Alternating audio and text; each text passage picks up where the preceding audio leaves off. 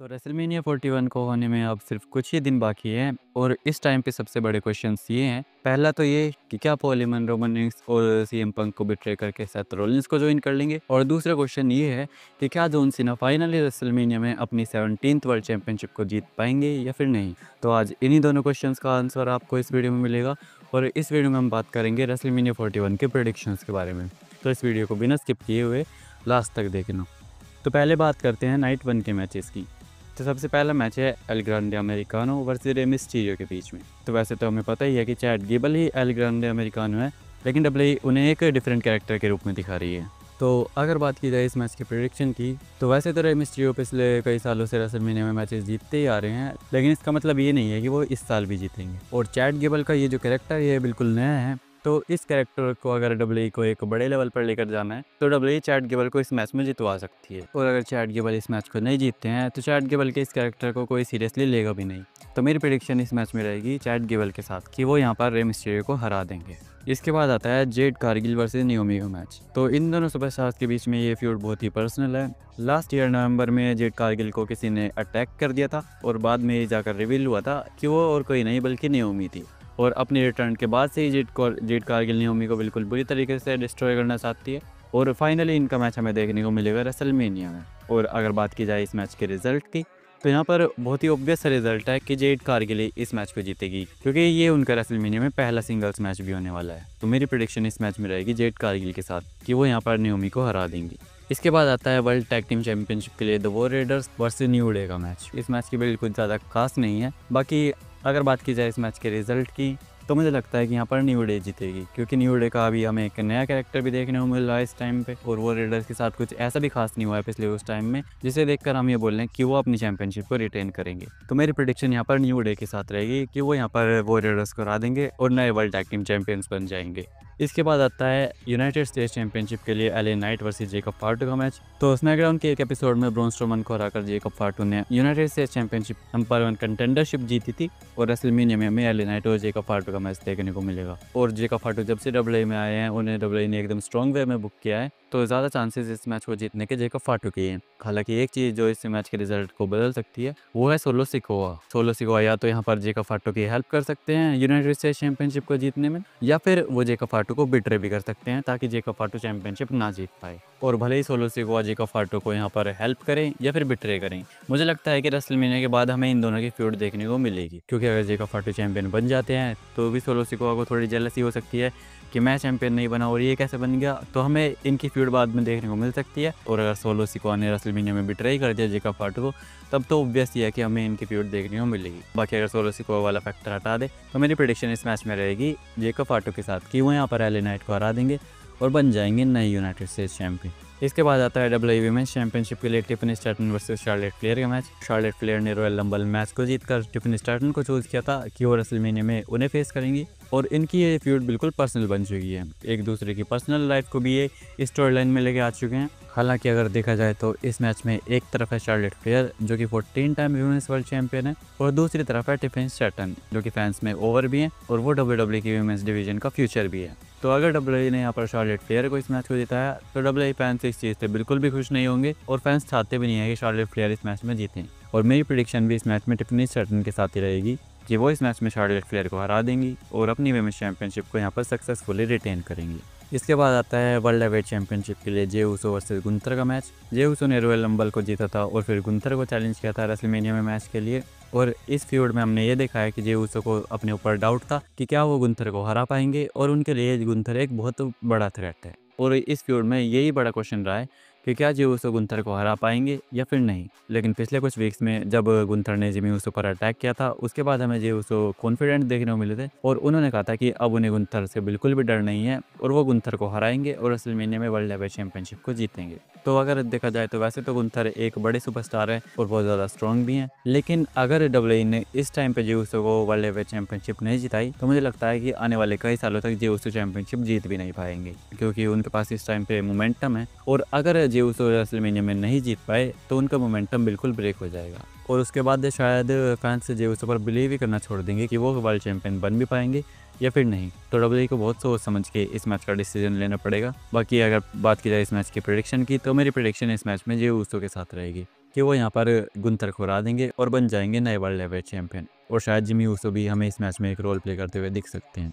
अगला मैच है नाइट 1 का मेन इवेंट, जो कि है Roman Reigns versus CM Punk versus Seth Rollins. तो पहले बात करते हैं कि इन तीनों सुपरस्टार्स का इस मैच को जीतना कितना इंपॉर्टेंट है। तो अगर बात की जाए सेथ रॉलिंस की, तो सेथ रॉलिंस का पिछले कुछ रेसलमेनिया में विनिंग रिकॉर्ड अच्छा नहीं रहा है। अगर हम रेसलमेनिया 39 का लोगन पॉल वाला मैच से हटा दे तो ज़्यादातर मैचेस में सेथ रॉलिंस हारे ही हैं, तो उनके लिए एक मस्ट विन मैच है। इसके बाद अगर बात की जाए सीएम पंक की, तो सीएम पंक का ड्रीम फाइनली पूरा होने वाला है और वो रेसलमेनिया को मेन इवेंट करेंगे। और उनके डब्ल्यूडब्ल्यूई में रिटर्न करने के बाद ये उनका पहला रेसलमेनिया मैच भी है, तो उनके लिए ये मैच जीतना इसीलिए इंपॉर्टेंट हो जाता है। इसके बाद आते हैं रोमन रेंस। रोमन रेंस का कैरेक्टर हमने पिछले कुछ सालों में डब्ल्यूडब्ल्यूई में ऐसा देखा है जो कि हार बिल्कुल भी एक्सेप्ट नहीं कर सकता। और लास्ट ईयर भी रोमन रेंस को रेसलमेनिया में लॉस मिली थी, तो इस साल भी वो रेसलमेनिया में लॉस बियर नहीं कर सकते, तो इसीलिए उनका मैच जीतना इंपॉर्टेंट हो जाता है। हालांकि इस मैच के रिजल्ट में जो सबसे बड़ा रोल प्ले करेगा वो है पॉल हेमन। जिसकी साइड भी पॉल हेमन इस मैच में हो जाएंगे, वही इस मैच को जीतेगा। अभी तक तो पॉल हेमन रोमन रेंस के साथ थे, लेकिन सीएम पंक के फेवर के चक्कर में उन्हें सीएम पंक के साथ रेसलमेनिया में आना पड़ेगा। और इस मैच में एक मोमेंट तो हमें ज़रूर ऐसा देखने को मिलेगा ही, जहां पर पॉल हेमन को रोमन रेंस और सीएम पंक में से किसी एक को चूज़ करना पड़ेगा। और शायद ही ऐसा होगा कि वो किसी एक सुपरस्टार को क्लियरली चुन ले। वो यहाँ पर भी या तो ऐसे ही प्रिटेंड करेंगे कि वो कंफ्यूज्ड हैं कि वो किसको चुने, और या फिर हमें बिल्कुल डिफरेंट ही चीज़ देखने को मिलेगी कि वो सीएम पंक और रोमन रेंस दोनों को ही बिट्रे कर देंगे और इन दी एंड स्टैंड टोल करेंगे सेथ रॉलिंस, और पॉल हेमन यहाँ पर सेथ रॉलिंस को ज्वाइन कर लेंगे। और इस चीज़ की पॉसिबिलिटी बहुत ज़्यादा है, क्योंकि पिछले कुछ टाइम से हमने सोशल मीडिया पर ये चीज़ देखी भी है कि फैंस भी इस बारे में बात कर रहे हैं कि पॉल हेमन सीएम पंक और रोमन रेंस दोनों को बिट्रे करके सेथ रॉलिंस को ज्वाइन कर सकते हैं। और ट्रिपल एच के टाइम में हमने देखा भी है कि जो चीज़ सोशल मीडिया पे ट्रेंड कर रही होती है, ट्रिपल एच उसे स्टोरी में इंप्लीमेंट कर भी देते हैं। तो ऐसा हो सकता है कि रेसलमेनिया में पॉल हेमन, रोमन रेंस और सीएम पंक दोनों को ही बिट्रे कर दें और अपना नया क्लाइंट सेथ रॉलिंस को बना लें। और अगर सेथ रॉलिंस के साथ पॉल हेमन अलाइन हो जाते हैं, तो उनका जो पिछले कुछ टाइम में रिकॉर्ड अच्छा नहीं चल रहा है, वो भी अच्छा होगा और उनके कैरेक्टर में हमें नई चीज़ भी देखने को मिलेगी। तो अगर बात की जाए इस मैच की प्रेडिक्शन की, तो वैसे तो मैं चाहूँगा कि रोमन रेंस इस मैच को जीते, लेकिन मुझे लगता है कि यहाँ पर सेथ रॉलिंस इस मैच को जीतेंगे। और डब्ल्यूडब्ल्यूई ऐसा भी कर सकती है कि रोमन रेंस इस मैच में पिन ही ना हो, ताकि उनके कैरेक्टर पर कोई इफेक्ट भी ना पड़े, और सेथ रॉलिंस सीएम पंक को पिन करके इस मैच को जीतें। और सीएम पंक ने जो सेथ रॉलिंस को अपने पहले मैच में हराया था, उसका भी बदला सेथ रॉलिंस यहाँ पर ले सकते हैं। बाकी तो नाइट 1 के मेन इवेंट में हमें पता चलेगा कि इस मैच का रिजल्ट क्या होने वाला है। इसके बाद बात करते हैं नाइट 2 के मैचेस की। सबसे पहला मैच है AJ Styles versus Logan Paul का मैच।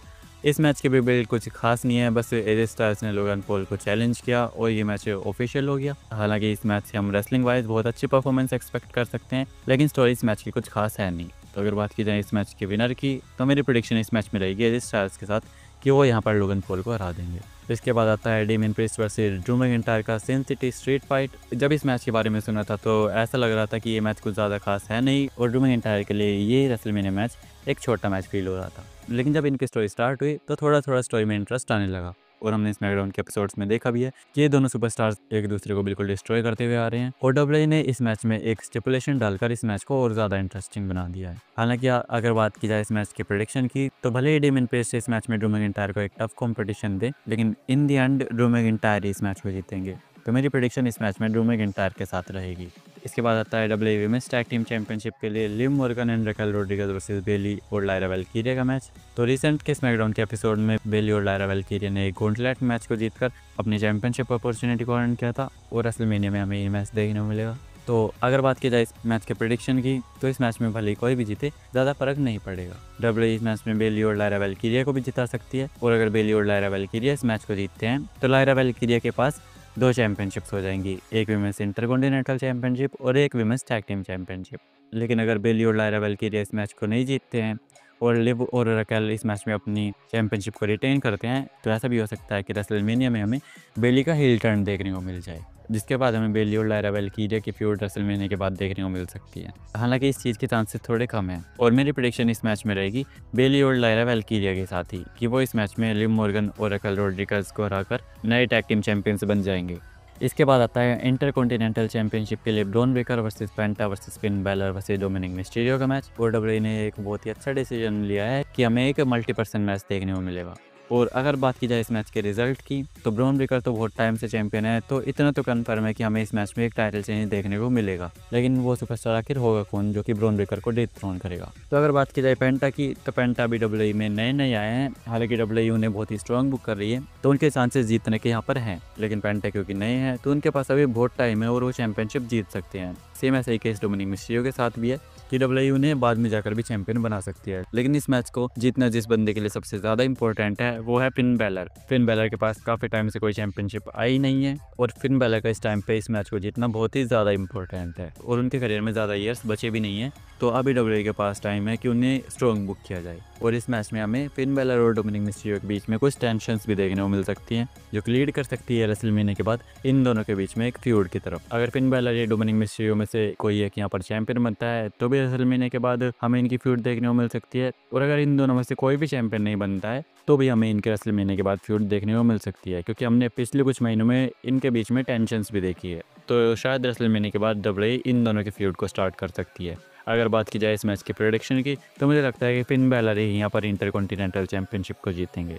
इसके बाद है विमेंस वर्ल्ड चैंपियनशिप के लिए इयो sky versus Bianca Blair versus रिया रिप्ली का मैच। एक एक करके तीनों सुपरस्टार के बारे में बात करते हैं। तो इयो स्काई अभी कुछ टाइम पहले ही चैंपियन बनी है, तो उनके पास थोड़ी एडवांटेज भी है कि शायद वो इस मैच में अपनी चैंपियनशिप को ना हारें। और रिया रिप्ली ने तो ज़बरदस्ती इस मैच में अपने आप को इंटरफेयर किया है, लेकिन रिया रिप्ली भी कुछ टाइम पहले तक चैंपियन थी। लेकिन अगर बात की जाए बियांका बेलेयर की, तो उन्हें एक सिंगल्स चैंपियनशिप जीते WWE में बहुत ज़्यादा टाइम हो चुका है। तो मुझे लगता है कि ट्रिपल एच बियांका बेलेयर को इस मैच में जिता सकते हैं और वो यहाँ पर बन सकती है नई विमेंस वर्ल्ड चैंपियन। हालांकि अगर बात की जाए इस मैच की प्रेडिक्शन की, तो मैं चाहूँगा कि रिया रिप्ली इस मैच को जीते, लेकिन मेरी प्रेडिक्शन इस मैच में रहेगी बियांका बेलेयर के साथ ही कि वो यहाँ पर इयो स्काई को हरा देंगी और बन जाएंगी नई विमेंस वर्ल्ड चैंपियन। इसके बाद आता है नाइट 2 का मेन इवेंट, अनडिस्प्यूटेड चैंपियनशिप के लिए Cody Rhodes versus John Cena का मैच। तो एलिमिनेशन चेंबर में हमने जॉन सीना का एक शॉकिंग रिटर्न देखा, जहां पर उन्होंने रॉक को अपनी सोल सेल कर दी और उनके साथ अलाइन हो गए और कोडी रोड्स को वहां पर बहुत बुरी तरीके से डिस्ट्रॉय किया। और रेसलमेनिया में जॉन सीना अपनी 17th वर्ल्ड चैंपियनशिप को जीतना चाहते हैं। हालांकि ये मैच बिल्कुल भी सिंपल नहीं होने वाला।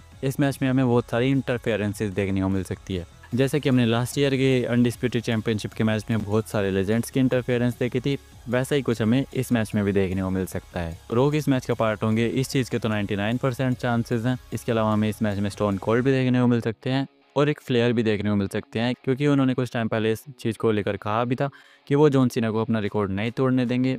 तो रेसलमेनिया में शायद रिक फ्लेयर की भी इंटरफेरेंस हमें देखने को मिल सकती है, जो कि कोडी रोड्स की इस मैच को जीतने में हेल्प कर सकते हैं। स्टोन कोल्ड भी यहाँ पर अगर कोडी रोड्स की हेल्प कर सकते हैं। हालांकि जॉन सीना की भी यहाँ पर सिर्फ रोकिया के लिए मदद नहीं करेंगे, ट्रेविस स्कॉट भी यहाँ पर आ सकते हैं, क्योंकि एलिमिनेशन चेंबर में वो भी थे। और ऐसा भी हो सकता है कि रॉक की टीम में हमें यहाँ नए मेंबर्स ऐड होते हुए दिख जाए। तो अगर बात की जाए इस मैच के रिजल्ट प्रेडिक्शन की, तो भले ही कितना भी कोडी रोड्स का साथ देने के लिए यहाँ पर लोग आ जाएं, मुझे नहीं लगता कि कोडी रोड्स यहाँ पर अपनी चैंपियनशिप को डिफेंड कर पाएंगे। और मेरी प्रेडिक्शन इस मैच में रहेगी जॉन सीना के साथ कि वो यहाँ पर कोडी रोड्स को हरा देंगे और बन जाएंगे नए अनडिस्प्यूटेड चैंपियन। और इस चीज़ की पॉसिबिलिटी और ज़्यादा इसलिए बढ़ जाती है क्योंकि रेसलमेनिया के बाद जॉन सीना को WWE ने कई शोज़ के लिए एडवर्टाइज किया है, तो जॉन सीना के रेसलमेनिया में चैंपियनशिप को जीतने के चांसेस बहुत ज़्यादा हैं। तो ये तो थे वो सारे मैचेस जो WWE ने ऑफिशियली अनाउंस कर दिए हैं। एक मैच हमें नाइट 2 पर और देखने को मिल सकता है, जो कि है रैंडी ऑर्टन का मैच। पहले रैंडी ऑर्टन का मैच केविन ओवेंस के साथ होने वाला था, लेकिन क्योंकि केविन ओवेंस को इंजरी हो गई, तो अब रैंडी ऑर्टन का अपोनेंट कौन होगा ये अभी तक कंफर्म नहीं हुआ है। जब ये चीज़ पता चली थी कि रैंडी ऑर्टन रेसलमेनिया में कम्पीट नहीं करेंगे अब,